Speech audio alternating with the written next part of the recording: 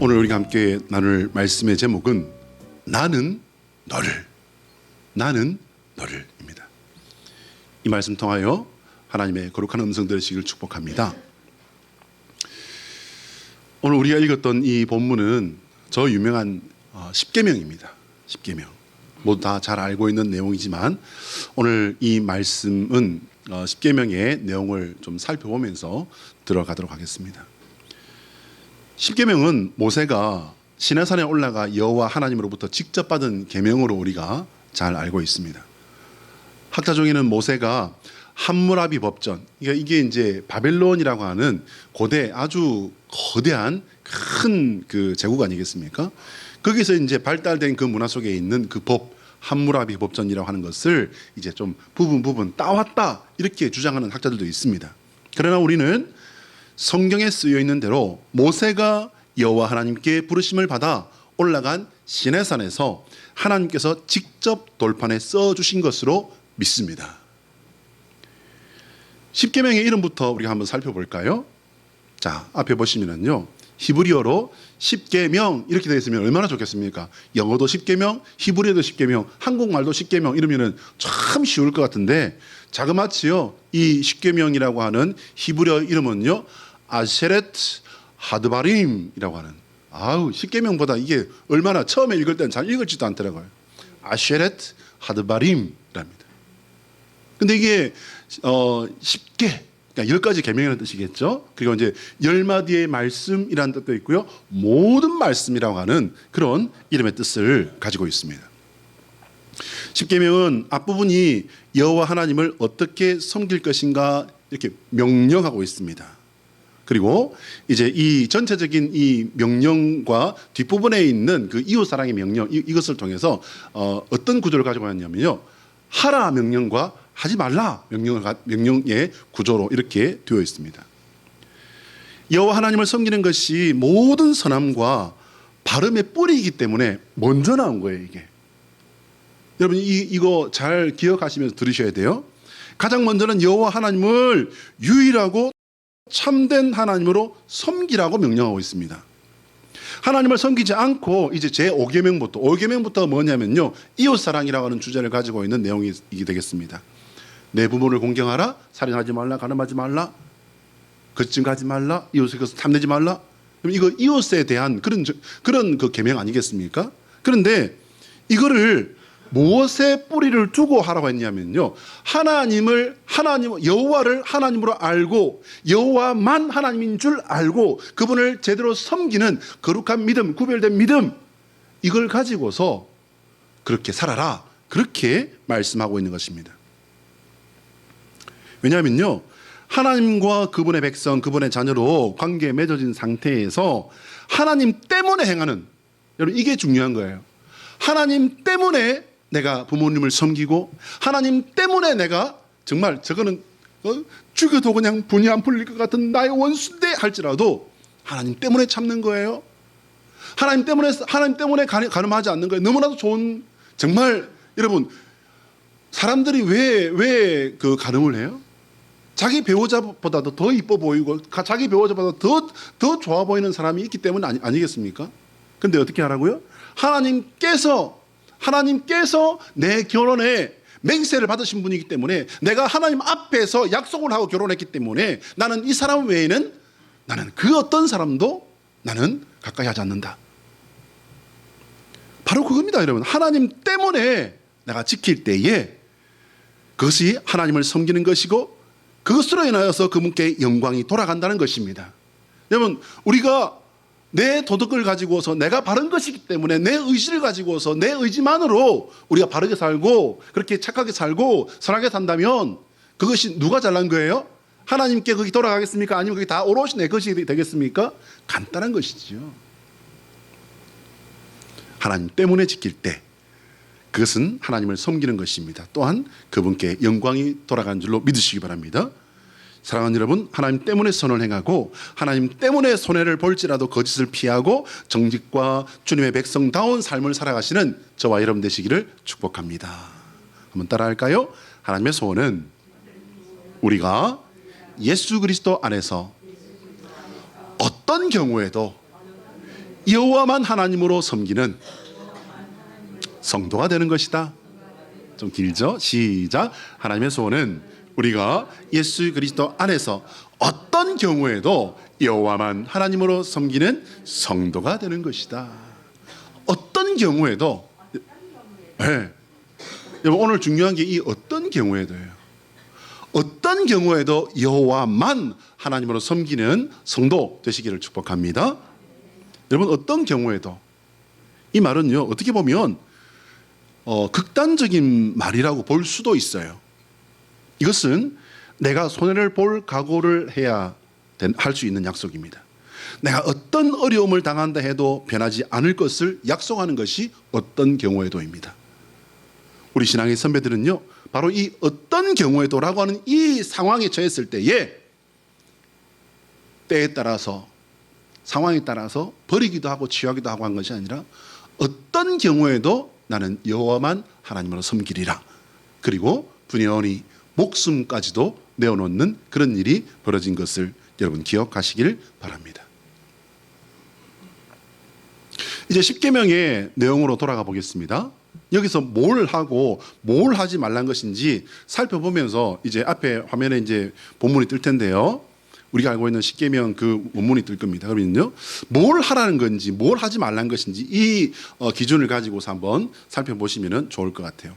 자, 제가 제1은 하면 쭉 내용을 읽으시고 2는 하면 또 내용을 읽으시면 되겠습니다. 제1은 너는 나 외에 다른 신을 내게 두지 말라. 제2는 너를 위하여 새긴 우상을 만들지 말고 또 위로 하늘에 있는 것이나 아래로 땅에 있는 것이나 땅 아래 물속에 있는 것에 어떤 형상도 만들지 말며 그것들에게 절하지 말며 그것들을 섬기지 말라. 제3은 너는 내 하나님 여호와의 이름을 망령되게 부르지 말라. 제4는 안식일을 기억하여 거룩하게 지키라. 제5는 내 부모를 공경하라. 제6은 살인하지 말라. 제7은 간음하지 말라. 제8은 도둑질하지 말라. 제9는 내 이웃에 대하여 거짓 증거하지 말라. 제10은 내 이웃의 집을 탐내지 말라. 내 이웃의 아내나 남종이나 여종이나 소나 낙이나 소유 중 아무것도 탐내지 말라. 아멘. 여러분, 말라법과 하라법 발견하셨습니까? 10가지의 이 계명 중에서요, 말라법은요, 하지 말아라, 이건 하지 말아라라고 말씀하신 거는 8개예요. 그러면은 당연히 이제 하라법은 뭐가 되겠습니까? 2개가 되겠죠. 자, 하라고 명령하신 것을 먼저 살펴보겠습니다. 제 4계명과 5계명이에요. 뭐냐면요, 4계명이면 뭡니까? 4계명은 제사는요, 조상에게 제사 드리는 이 제사가 아니에요. 제사는 하나님만 제사를 받으실 수 있는 분이에요. 그래서 안식일을 거룩하게 지키라는 거예요. 그래서 제사는 아닌데 4번째에 있어서 제사입니다. 제사는 안식일을 기억하여 거룩하게 지키라. 그리고 5번째 제5는요, 내 부모를 공경하라. 안식일을 기억하여 거룩하게 지켜라. 그리고요, 제5는 내 부모를 공경하라. 2가지입니다. 누가 봐도 예배에 대한 말씀과 가정의 기본 권위와 질서를 지키라는 거죠. 안식일을 지킬 때 여호와 하나님을 생각하고 그분을 따라가라는 말씀을 지금 하는 겁니다. 그래서 엿새 동안은부터 시작해서 이제 이 안식일을 어떻게 지킬 것인지 이렇게 설명을 하고 있습니다. 제가 읽어드릴게요. 엿새 동안은 힘써 내 모든 일을 행할 것이나 7째 날은 내 하나님 여호와의 안식일인즉 너나 내 아들이나 내 딸이나 내 남종이나 내 여종이나 내 가축이나 내 문 안에 머무는 객이라도 아무 일도 하지 말라. 이는 엿새 동안에 나 여호와가 하늘과 땅과 바다와 그 가운데 모든 것을 만들고 7째 날에 쉬었습니다. 그러므로 나 여호와가 안식일을 복되게 하여 그날을 거룩하게 하였느니라. 여러분, 지금은 우리가 이게 현대화된 사회 속에 살고 있잖아요. 여러분, 우린 대한민국이 얼마나 선진국인지 혹시 알고 계십니까? 외국에 나가보면요, 우리나라가 얼마나 살기 좋은 나라인지 금방 알 수 있어요. 이게 이 안식일에 대해서 말씀하실 때요, 6일 동안 힘써 일하는 이 부분이 앞에 딱 명령되고 있습니다. 이게 성도들의 본분이에요. 한 주가 7일로 되어 있지 않습니까? 한 주가 7일로 되어 있는데요. 달력이 두 가지로 되어 있죠. 달력이 두 종류가 있습니다. 뭐냐면요. 주일이 맨 뒤에 가 있는 달력이 있고요. 주일이 맨 앞에 있는 달력이 있어요. 자, 우리 성도들에게 맞는 달력은 어떤 걸까요? 좋은 말로 할 때 빨리 대답해요. 일요일이 앞에 있는 거예요? 뒤에 있는 거예요? 앞에 있는 거예요. 주일은요, 한 주의 첫날입니다. 한 주의 마지막 날이 무슨 요일이죠, 그러면? 토요일이죠. 토요일이죠. 이제 7일로 되어 있는 이 한 주 동안에 6일 동안은 열심히 내 일을 하라는 거예요. 그리고 이제 안식일을 맞아서는 하나님 앞에 쉬라는 겁니다. 하나님만 기억하고 하나님께 집중하고 하나님을 예배하고 하나님 안에서 쉬라는 거예요. 그 다음으로 이제 내 부모를 공경하라 명령합니다. 여러분, 이거 안식일도 명령이고요. 그리고 공경도 뭐죠? 명령이에요, 여러분. 그러면 나머지 8개 하지 말라는 건요? 하지 말라는 것도 명령이에요, 여러분. 얘들아, 이렇게 하면 좋지 않겠니? 이거 아닙니다. 이렇게 하라. 이거는 하지 말아라. 라고 명령하신 거예요. 명령은 따르라는 거예요? 안 따라도 된다는 거예요? 따르라는 겁니다. 공경이라는 히브리어 단어도 우리가 조금 살펴볼 필요가 있어요. 왜냐하면 제가 당연히 안다고 생각했는데 이 공경이라는 단어를 제가 히브리어로 찾아보고요. 살짝 놀랐어요. 살짝. 보시면은요. 카바드라고 하는 단어예요. 카바드라고 하는 이 단어는 내 부모를 공경하라고 되어 있는데 제가 지금 이 히브리어 사전에 있는 순서를 그대로 옮긴 거예요. 여러분, 순서가 그대로 옮긴 건 뭐냐면 원뜻, 그 다음 뜻, 그리고 또 이런 뜻으로도 쓰이기도 해라는 뜻입니다. 원뜻이 뭐예요? 카바드라고 하는 단어는요, 공경하다라고 하는 단어는요, 무겁다라는 뜻이에요. 저 이거 보고 깜짝 놀랐습니다. 그리고 힘겹다라는 거예요. 그리고 짐이 되다. 여러분, 놀랍지 않습니까? 그 다음이 뭐냐면요, 존경하다, 영화롭다, 존귀하다라는 뜻이에요. 부모를 공경하는데 왜 부모를 공경하는지 무거워요? 왜 힘겨워요? 부모가 왜 짐이 됩니까? 성경은요, 여러분, 우리가 생각하는 이상이라는 사실을 여러분 잊지 마십시오. 부모를 무겁게 짐으로 여기라는 말일까요? 부모를 공경하라는 것은요, 쉬운 일이 아니지만 그러나 반드시 해야 되는 일이라는 사실을 성경은 우리에게 알려주고 있다는 사실을 여러분 잊지 마시기 바랍니다. 마틴 루터는요, 부모를 하나님의 대리자라고 했습니다. 종교개혁자 마틴 루터가 이렇게 생각했다는 겁니다. 부모가 연로해서 노쇠해져 갈수록 모시는 것은요, 더 어렵습니다. 병이라도 들면요, 더 어렵습니다. 그래서 안 믿는 사람도 그런 말 하지 않습니까? 부모가 병이 들면요, 제 아무리 효자라도 어쩔 수 없다는 거잖아요. 그런 말이 있을 정도 아니겠습니까? 나이가 들어갈수록 부모는 약해져 가기 때문에 모시기가 더 어렵기 때문에 이 사실을 성경도 알고 있다는 거예요.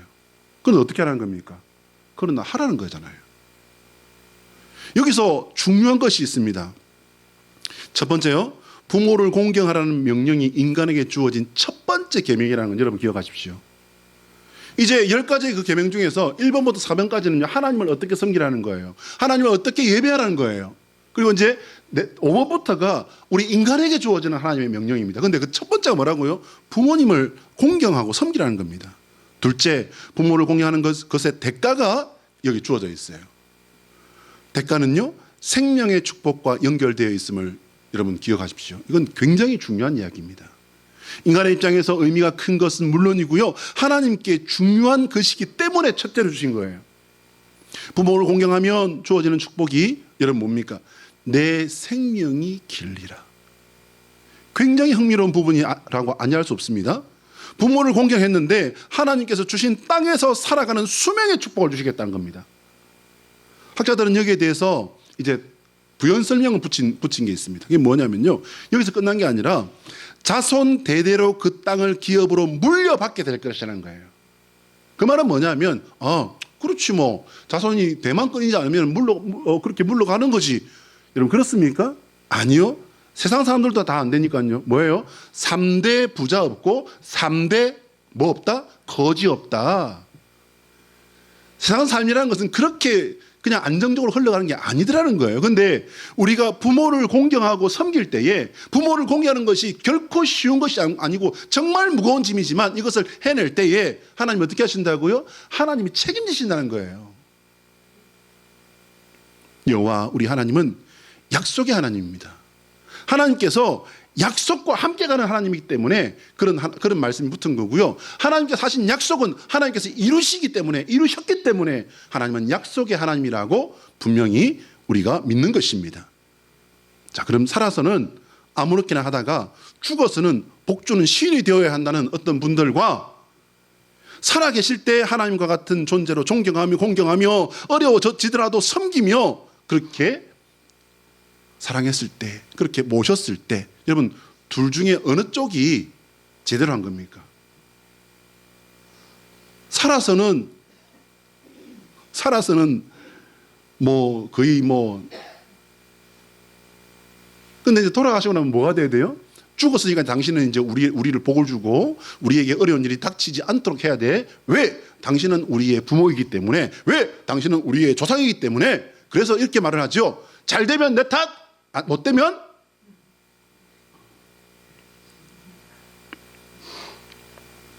충청북도 기념물 제134호에 지정된 유명한 말이 있습니다, 여러분. 충청북도 기념물 제134호의 이름이 뭐냐면요, 김덕숭 효자각이라고 하는 그런 작은 누각이 하나 있습니다. 거기에 이런 말이 쓰여 있다고 합니다. 부모 살아실 때 섬기기를 다하여라. 세상도 모두 아는 이 중요한 효의 가치를 부모님이 살아계실 때 다함으로 말미암아 하나님 앞에 실천하는 저와 여러분 되시기를 예수 그리스도의 이름으로 축복합니다. 이제 말라법을 볼까요? 문제는 말라법이에요. 부모를 공경하라 이외에 나머지는 모두 우리가 볼 때 저거는 당연한 거 아닌가? 라고 생각할 수 있어요. 그렇게 생각할 수 있지만, 하지만 십계명은요, 지금으로부터 얼마 전에 주어진 거예요? 한 30년 됐습니까? 한 200년 됐나요? 아니요, 여러분. 한 3,500년 전에 주어진 겁니다. 3,500년 전에는요, 홀랑 벗고 고추만 가리고 다니면서 이렇게 살던 사람이 지구상의 대부분이었을 때라고 볼 수 있습니다. 그런데 십계명이 그때 주어진 이 십계명이 말입니다. 어떤 말씀을 하고 있어요? 지금 봐도 이건 참 대단하다. 그럼 문명화된 현대 사회에는 이 십계명이 현대인들의 지적 수준이면 이건 뭐 당연하지 않아? 이건 당연한 거야. 그래서 필요 없는 것입니까? 한번 보세요, 여러분. 살인하지 말라, 가늠하지 말라, 도둑질하지 말라, 내 이웃에 대하여 거짓 증거하지 말라, 내 이웃을 탐내지 말라. 여러분, 이건 너무 당연한 거잖아요. 너무 당연해서 덜 문명화된 그때 고대 사회에나 필요했던 겁니까? 지금은 필요 없는가요? 제5계명 이후의 법은요, 일명 이웃사랑법이라고 우리가 이름을 들은 적이 있습니다. 특별히 문제가 있는 사람이 아니라면 대부분의 사람들은 저 정도는 지키고 산다, 이렇게 말할 수 있습니다. 너무나도 기본적이어서 누군가에게 이런 말을 이렇게 살아야 됩니다, 이렇게 이런 것들 하면 안 됩니다 라고 말하면은 이 사람이 지금 사람을 어떻게 보고 그렇게 기분 나빠할 수도 있을 것 같아요. 그러나 사실은요, 사람들은 어떤 경우에도 불구하고 이것을 지키지는 못한다는 거예요. 부모 공경의 경우만 보더라도 그렇습니다. 아예 부모와 의를 끊고 사는 사람들, 여러분 의외로 많습니다. 살인하지 말라는 말은요, 옛날 무법 시대보다도 덜 할지는 모르지만 지금도 끔찍한 살인을 입에 담을 수도 없는 그런 일을 사람에게 저지르는 그런 사람들 있습니다, 여러분. 옛날뿐 아니라 지금도요, 어느 나라에도 도둑질하는 사람들 있습니다. 이웃에 대해 거짓말하는 사람 없습니까, 여러분? 있습니다. 내 이웃의 집을 탐내지 말라. 여러분, 탐내지 않습니까? 이웃 사람이 좋은 차만 사도 배가 아파가지고서 좋은 옷만 걸치고 나가는 것 봐도 배가 아파하지 않습니까? 있습니다. 그런데 가장 중요한데 가장 어려운 것이 여러분 아까 제가 말씀드린 바와 같이 1, 2, 3번 계명이에요. 이것은 사람이 하나님을 어떻게 섬길 것인가를 명령한 겁니다. 여호와 외에 다른 신들은 나에게 두지 말아라. 나 자신이 하나님 되어서 살아가는 요즘 세상에서는요, 받아들여지기가 정말 어려운 것 아닐까요? 내가 하나님이에요, 여러분. 내가 재미없고 내가 싫으면은요, 천국도 싫은 게 현대인 아닙니까? 예수님이 틀렸어가 아니고 하나님이 틀렸어가 아니고 내가 원하는 것과 관계없기 때문에 내가 재미있는 것과 다르기 때문에 그 하나님은 나에게는 흥미롭지 못해. 그 하나님은 난 재미없어. 차라리 나는 재미있는 지옥으로 갈래. 여러분 이거 어느 노래에서 들은 것 같지 않아요? 우상 만들지 말라고 했는데 만들어서 목에 귀에 손가락에 걸다 못해서요, 아예 이제 요즘 사람들 어떻습니까? 몸에다가 그리고 다니지 않습니까? 내 하나님 여호와의 이름을 함부로 불러서는 안 된다라고 했습니다. 그런데 하나님이 어디 있냐며 조롱하는 것은 믿지 않는 사람들이 얼마든지 하는 말이에요, 여러분. 심지어는 믿는 사람들마저도 힘들고 어려울 때면은 하나님이 계시다면 어떻게 나에게? 라고 합니다. 그 전에 역사 속에서는 하나님께서 당신의 그 영광을 보여주시며 하나님의 사랑을 많은 일을 통해서 그렇게 지켜주시고 풀어주시고 열어주시고 살려주시면서까지 주셨음에도 불구하고 그때는 할렐루야 찬송하다가 내가 좀 어려워지고 내가 좀 남의 마음에 낙심이 되면 내가 바라지 않았던 일이 일어나 버리면 그때 이렇게 말합니다. 하나님이 계시다면 어떻게 나한테 이럴 수가 있어? 그래서 현대인들이 하나님은 뭐다? 축복 자판기다. 여러분 하나님을 축복 자판기로 믿는 사람 그 믿음 아닙니다. 정말 조심하셔야 돼요. 마음과 입술에 파수꾼을 세워서 흠이 없는 성도로 하나님 앞에 살아가시는 저와 여러분 되시기를 예수 그리스도의 이름으로 축복합니다. 그런데 생각해 보면 하나님이 어떤 분이시길래 이런 명령을 하시는 걸까? 하나님께서 천지의 창조주이시기 때문에 그래 그렇다고 했지. 여러분 사실입니다. 그런데 사실 현재를 살아가는 우리와는 많이 멀어요. 하나님께서 천지 창조주신 거 믿으십니까? 하나님 창조하신 거 믿으십니까? 예, 저도 믿습니다. 그런데 여러분 보시기 바랍니다. 물리적인 시간을 기준으로 해서 볼 때 말입니다. 하나님께서 창조하신 그 시간은 지금 내가 살아가는 이 삶과 가까워져요? 멀어져요? 멀어지고 있어요. 그렇지 않아도 이게 몇 천 년 전인지 뭐 몇 만 년 전인지 몇 억만 년 전인지 알 수 없어요. 어찌됐든 간에 하나님께서 창조하신 그 창조의 역사, 창조의 사건은 나로부터 어떻게 되고 있습니까? 계속해서 멀어지고 있어요. 그러니 관심도 멀어질 수밖에 해요. 당연한 것 아니겠습니까? 근데 여러분 왜 그러면은 이 하나님의 천지 창조의 사실을 사람들이 관심 밖으로 이렇게 생각할 수도 있다는 걸 하나님 모르셨을까요? 근데 왜 성경의 제일 첫머리에 하나님께서 이 사실을 밝혀두셨을까요? 여러분 그거 생각하셔야 됩니다.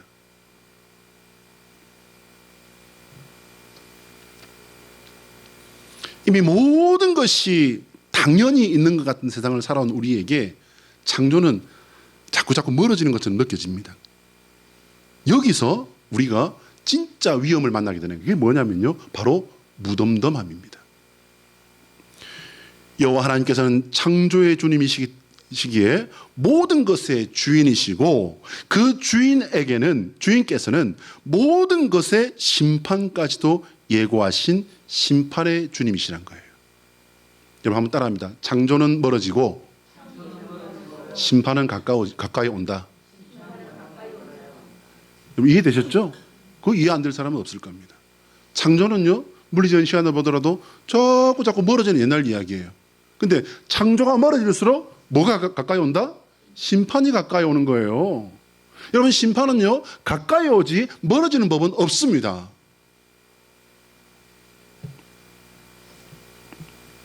오늘 본문은 하나님께서는 이스라엘에게 당신께서 직접 하신 일을 통해 자신을 드러내신 겁니다. 오늘 본문이 그 하나님은 너무나도 멀리 계신 창조의 신이 아닙니다. 우리가 오늘 읽었던 이 본문의 하나님은요, 바로 얼마 전에 직접 자신들에게 와서 일을 하신 하나님이에요. 맞잖아요. 이 출애굽기입니다. 출애굽기 초반부에 벌써 하나님께서 어떤 일을 하셨습니까? 1장부터 10장까지 읽어보면요, 완전히 그냥 애굽이라고 하는 그 당시에 애굽이 어느 정도의 큰 나라냐면요, 지금으로 치면 미국 정도 되는 나라예요. 근데 그런 나라를 어떻게 하셨죠? 완전히 초토화시켜 버렸지 않습니까?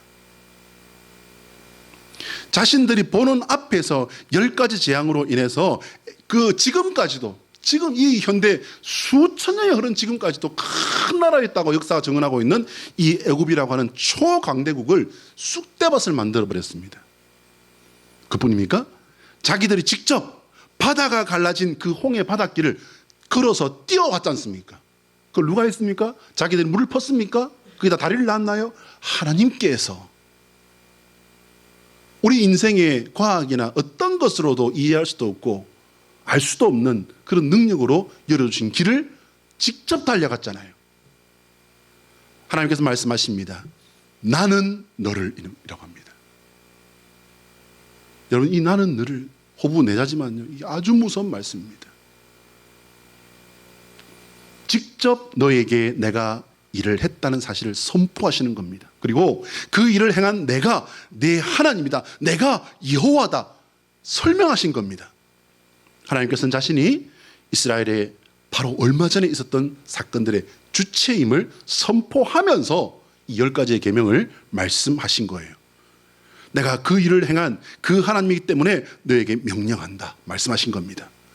이보다 더 어떻게 확실할 수 있습니까? 그리고 하나님께서 주신 10계명의 내용을 여러분 잘 살펴보시기 바랍니다. 이건 누구를 위한 것으로 보이십니까? 10개의 계명을 여러분 잘 한번 읽어보세요. 이게 누구를 위한 걸로 보이세요? 나를 위해 주셨다는 사실을 여러분 깨달으시기 바랍니다. 하나님을 바로 알고 바로 섬기는 방법을 알려주신 겁니다. 사단 마귀와 귀신을 신으로 섬기며 하나님으로 섬기는 어리석은 짓을 하지 말라는 거예요. 그래, 섬기는 거는 네 자유다. 그래, 그러나 그것을 섬김으로 진짜 신, 진짜 하나님인 여호와를 멀리하고 엄난과 멸망과 저주를 내 스스로 너에게 자초하고 그럼 네 후손에게 물려준다는 사실을 너는 잊지 말아라. 여러분, 이게 단순한 경고라고 보시면 절대 안 돼요. 그렇게 하면은 그렇게 돼버리기 때문에 하나님께서 그렇게 하지 말라는 겁니다. 이게 누구를 위한 것이다? 나를 위한 것이다. 내게 주어진 삶을 6일 동안 최선을 다해 열심히 잘 살고 안식일을 지킴으로 하나님을 섬기고 내 자신과 내 자손을 잘 돌보라 말씀해 주신 겁니다. 그러나 여러분, 세상은 어떻습니까? 전혀 생각이 다릅니다. 세상 사람들은 첫 번째 계명에서부터 걸려 넘어져서 오도 가도 못하고 그저 욕만 할 뿐입니다. 불신앙의 사람들이 하는 말을 잘 아실 겁니다. 기독교, 여러분, 이 기독교에는요 유대교도 같이 엎어서 말합니다. 왜냐하면 유대교도 유일신교니까. 기독교를 자기들밖에 모르는 편협하고 아주 독선적인 사람들이라고 이렇게 비난을 하지요. 왜요? 내가 믿는 그 신을, 내가 섬기는 그 신을 신이라 하지 않고 잡귀, 귀신, 마귀라고 말하기 때문입니다. 심지어 여러분, 신들린 사람들, 무당 이런 분들이 기독교를 얼마나 싫어하는지 여러분 아십니까 혹시? 그분들 성경 알아요. 그분들도 성경 압니다. 그래서 성경에 영접, 영매 그리고 신접한 자 어떻게 하겠습니까? 죽이라고 했습니다. 그거 욕 억수로 합니다, 여러분. 제1계명에서부터 세상은 하나님을 받을 수가 따를 수도 없습니다. 여러분 한번 생각해 보세요. 조상신이 신인가요? 여러분, 조상신이 신인가요? 귀신인가요? 지하 여장군이, 천하 대장군이 신인가요? 대관령 산신령이 신입니까? 여러분, 그들이 없다고 저는 말하는 게 아닙니다. 저는 그들이 영적 존재라고 그렇게 믿습니다. 없다고 말하는 게 아니에요, 여러분. 귀신 있어요. 없다고 말하는 게 아닙니다. 귀신이 여러분, 신이 아니라 하나님이 아니라고 말하는 거예요. 귀신은 귀신이에요, 여러분. 귀신은요, 사단 마귀의 종입니다. 절대로 여기에 속으시면 안 돼요. 조상의 얼굴을 하고 오는 귀신을 신으로 섬기지 말고 우리를 위해 모든 복과 생명의 길을 열어두시고 그 길을 알려주시는 여호와만 나의 하나님으로 나의 참신으로 섬기는 성도 되시기를 예수 그리스도의 이름으로 축복합니다. 한번 따라할까요? 예수 그리스도의 십자가는 오직 하나님만이 주시는 은혜와 영광의 길이다. 자, 시작. 예수 그리스도의 십자가는 오직 하나님만이 주시는 은혜와 영광의 길이다. 믿으시면 아멘. 믿으시면 아멘. 여러분, 선진국이라는 말이 있어요. 세계은행이 이제 1인당 GDP 2만 달러 이상의 그 국가를 선진국이라고 하는데요. 2020년 기준에서 1인당 GDP가 2만 달러 이상의 나라가 전 세계에 43개국이 된대요. 근데 우리나라는 거기서 몇 번째? 10번째예요, 여러분. 놀랍죠? 세계 1위가 경제 대국인 미국이라고 합니다. 1인당 GDP가요 63,400달러. 그 세계 2위가 경제 대국이라고 하는 중국이라고 하는데요. 이거는 이 사실은 아무도 몰라요. 중국 자신도 몰라요. 중국이 2등 아닙니다 라고 말했던 중국의 아주 유명한 정치가는요, 어느 날 갑자기 심장마비로 돌아가셨습니다. 중국이 그거 아닙니다 라고 말하면요, 누구도 아무도 지도세도 모르게 그냥 죽든지 사라져버려요, 중국에서는. 근데 여러분, 단순히 돈만 많다고 선진국이라고 불러야 될까요? 어떻게 생각하십니까? 힘센 나라라고 해서 선진국이라고 할 수 있을까요? 국민들의 의식 수준이 일정 수준을 넘어서야 진짜 선진국 되는 거 아닐까요? 저는 일본 여행을 가서 제가 지금으로부터 한 30년 더 됐네요. 88년도에 일본에 갔을 때 제가 깜짝 놀란 게 있어요. 이게 뭐냐면요, 첫 번째, 거리에 쓰레기가 없는 걸 보고 깜짝 놀랐어요. 두 번째, 거리에 사람이 없는 걸 보고 깜짝 놀랐어요. 근데 그 뒤로부터 한 30년 뒤에 일본을 다시 갔어요. 근데 30년 뒤에도 제가 2박 3일인가 있는 동안에 일본에서 쓰레기, 휴지 딱 2개 봤습니다. 제가 굴러다니는 거 딱 2개 봤어요. 길에, 도로에, 고속도로에 휴지 조각 딱 2개 봤습니다. 놀랍지 않습니까, 여러분? 그 정도는 돼야 뭐 선진국이다 말할 수도 있을 것 같아요. 예. 그러나 그 국민들의 의식 수준, 문화 수준이라는 것도요, 어떤 특별한 상황이 되면 전혀 없는 것 같은 상황이 된다는 거 혹시 아십니까? 바로 전쟁이라는 상황이 그렇습니다. 전쟁이 나면요, 대부분의 사람들은 뭐 교양, 격식, 질서 그런 거 못 갖춥니다. 그리고 나의 의가 드러나지 않거나 내 의보다 중요한 것이 있는 그런 어떤 절박한 상황이 된다 그러면요, 그거 못 차립니다. 그래서 어떻게 보면 선진국 국민들의 의식 수준이라는 것도요, 좀 냉정하게 말하면 거짓 수준, 좀 허위라고 말할 수 있지 않을까라고 생각합니다. 이런 인간의 심성을요, 아주 노골적으로 고발한 작품이 있어요. 그게 뭐냐면요, 호세 사라마구라고 하는 사람이 쓴 그런 소설이 있습니다. 보시면요, 앞에 화면 띄워주세요. 호세 사라마구라고 하는 사람, 여러분 모르시죠? 좀 오래된 책입니다. 이분은요, 눈먼 자들의 도시라고 하는 책을 썼어요. 이 책이 얼마나 세계적으로 유명한 히트를 쳤으면요, 영화로도 이 영화가 나왔습니다. 이게 나왔습니다. 그래서 저는 이게 영화로 봤어요. 근데 이 영화를 보면서 정말 충격을 많이 받습니다. 저는 괜찮다 싶으면은 2번 보고 3번 보고 뭐 10번이고 20번이고 보는 사람인데, 저는 이 영화를 2번 이상 못 보겠더라고요. 너무 마음이 아프고 찔림을 받아서 못 보겠더라고요. 그래서 우리는 어떤 상황, 어떤 경우에도 하나님 앞에 부끄럽지 않기 위해 옳은 선택을 하는 성도가 되어야 합니다. 어떤 상황에도 불구하고 하나님께서 우리에게 알려주신 그 길을 걸어내는 성도 되시어서 하나님의 근심이 아닌 하나님의 기쁨이 되시는 저와 여러분 되시기를 예수 그리스도의 이름으로 축복합니다. 기도하겠습니다.